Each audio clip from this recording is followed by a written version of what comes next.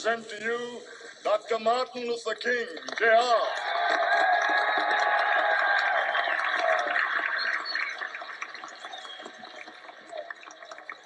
I am happy to join with you today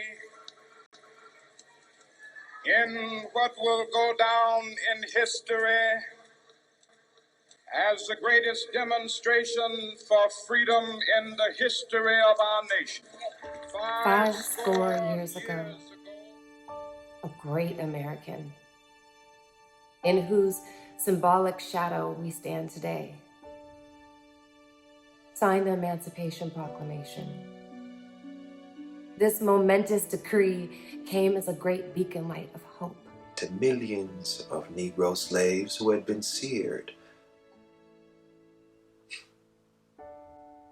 in the flames of withering injustice. It came as a joyous daybreak to end the long night of their captivity.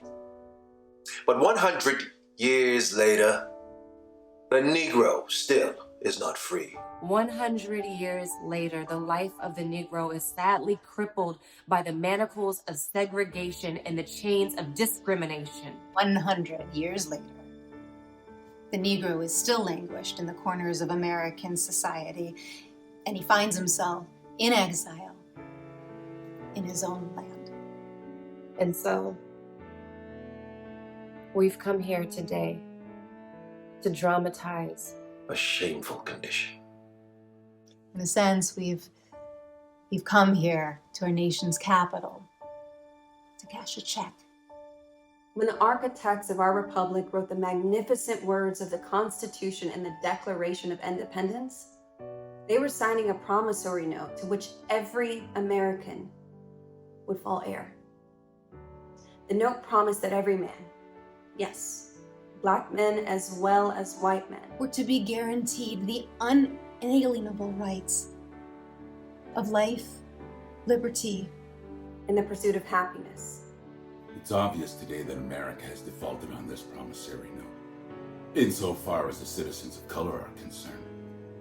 Instead of honoring this sacred obligation, America has given the Negro a bad check, a check that has come back marked insufficient funds. But we refuse to believe that the Bank of Justice is bankrupt. And we refuse to believe that there are insufficient funds in the great vaults of opportunity of this nation. And so, we are here to cash this check. This check that will give us, upon demand, the riches of freedom and the security of justice. Also come to this hallowed spot to remind America of the fierce urgency of now. This is no time to engage in the luxury of cooling off or to take the tranquilizing drug of gradualism. Now is the time to make real the promises of democracy. Now is the time to rise from the dark and desolate valley of segregation to the sunlit path of racial justice. And now is the time to lift our nation from the quicksands of racial injustice to the solid rock of brotherhood. Now is the time to make justice a reality for all of God's children. It would be fatal for the nation to overlook the urgency of the moment. This sweltering summer of the Negro's legitimate discontent will not pass until there is an invigorating autumn of freedom and equality. 1963 is not an end, but a beginning. And those who hoped that the Negro needed to blow off steam and will now be content have a rude awakening if the nation returns to business as usual. And there will neither be rest nor tranquility in America until the Negro is granted his citizenship rights. The whirlwinds of revolt will continue to shake the foundations of our nation until the bright day of justice emerges. And there is something I must say to my people who stand on the worn threshold which leads into the palace of justice. In the process of gaining our rightful place, we must not be guilty of wrongful deeds. Let us not seek to satisfy our thirst for freedom by drinking from the cup of bitterness and hatred. We must forever conduct our struggle on the high plane of dignity and discipline. We must not allow our creative protests to degenerate into physical violence. Again and again, we must rise to the majestic heights of meeting physical force with soul force.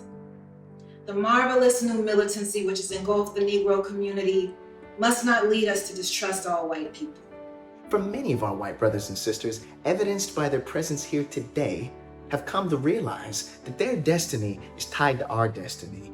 They have come to realize that their freedom is inextricably bound with our freedom. We cannot walk alone. And as we walk, we must make the pledge to always march ahead. We cannot turn back.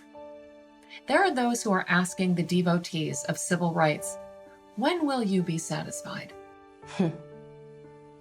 We can never be satisfied. As long as the Negro is the victim of the unspeakable horrors of police brutality. We can never be satisfied. As long as our body is heavy with the fatigue of travel, cannot gain lodging in the motels of the highways and the hotels of the cities. We cannot be satisfied as long as a Negro's basic mobility is from a smaller ghetto to a larger one. We can never be satisfied as long as our children are stripped of their selfhood and robbed of their dignity by signs stating for whites only. We cannot be satisfied as long as a Negro in Mississippi cannot vote. And a Negro in New York believes he has nothing for which to vote. No, we are not satisfied, and we will not be satisfied until justice rolls down like waters and righteousness like a mighty stream. I'm not unmindful that some of you have come here out of great trials and tribulations, and some of you have come here from fresh, narrow jail cells. Some of you have come from areas where your quest for freedom has left you battered by the storms of persecution and staggered by the winds of police brutality. You have been the veterans of creative suffering. Continue to work with the faith that unearned suffering is redemptive. Go back to Mississippi. Go back to Alabama. Go back to South Carolina. Go back to Georgia. Go back to Louisiana. Go back to the slums and ghettos of our northern cities, knowing that somehow this situation can and will be changed. Let us not wallow in the valley of despair. I say to you today, my friends. And so even though we face the difficulties of today and tomorrow, I still have a dream. It is a dream deeply rooted in the American dream. I have a dream that one day this nation will rise up and live out the true meaning of its creed. We hold these truths to be self-evident, that all men are created equal. I have a dream that one day on the red hills of Georgia, the sons of former slaves and the sons of former slave owners will be able to sit down together at the table of brotherhood. I have a dream that even in the state of Mississippi, a state sweltering with the heat of injustice, sweltering with the heat of oppression, will be transformed into an oasis of freedom and justice. I have a dream that my 4 little children will one day grow up in a nation where they will not be judged by the color of their skin, but by the content of their character. I have a dream today. I have a dream that one day, down in Alabama, with its vicious racists, with its governor having his lips dripping with the words of interposition and nullification, one day, right there in Alabama, little black boys and little black girls will be able to join hands with little white boys and little white girls, as sisters and brothers. I have a dream today. I have a dream that one day every valley shall be exalted, and every hill and mountain shall be made low. The rough places will be made plain, and the crooked places will be made straight. And the glory of the Lord shall be revealed. And all flesh shall see it together. This is our hope. This is the faith that I go back to the South with. And with this faith, we'll be able to hew out of a mountain of despair a stone of hope. With this faith, we'll be able to transform the jangling discourses of our nation into a beautiful symphony of brotherhood. With this faith, we will be able to work together, to pray together, to struggle together, to go to jail together, to stand up for freedom together, knowing that we will be free one day. And this will be the day. This will be the day when all of God's children will be able to sing with new meaning. My country, 'tis of thee, sweet land of liberty, of thee I sing. Land where my fathers died, land of a pilgrim's pride, from every mountainside, let freedom ring. And if America is to become a great nation, this must become true. And so let freedom ring from the prodigious hilltops of New Hampshire. Let freedom ring from the mighty mountains of New York. Let freedom ring from the heightening Alleghenies of Pennsylvania. Let freedom ring from the snow-capped Rockies of Colorado. Let freedom ring from the curvaceous slopes of California. But not only that.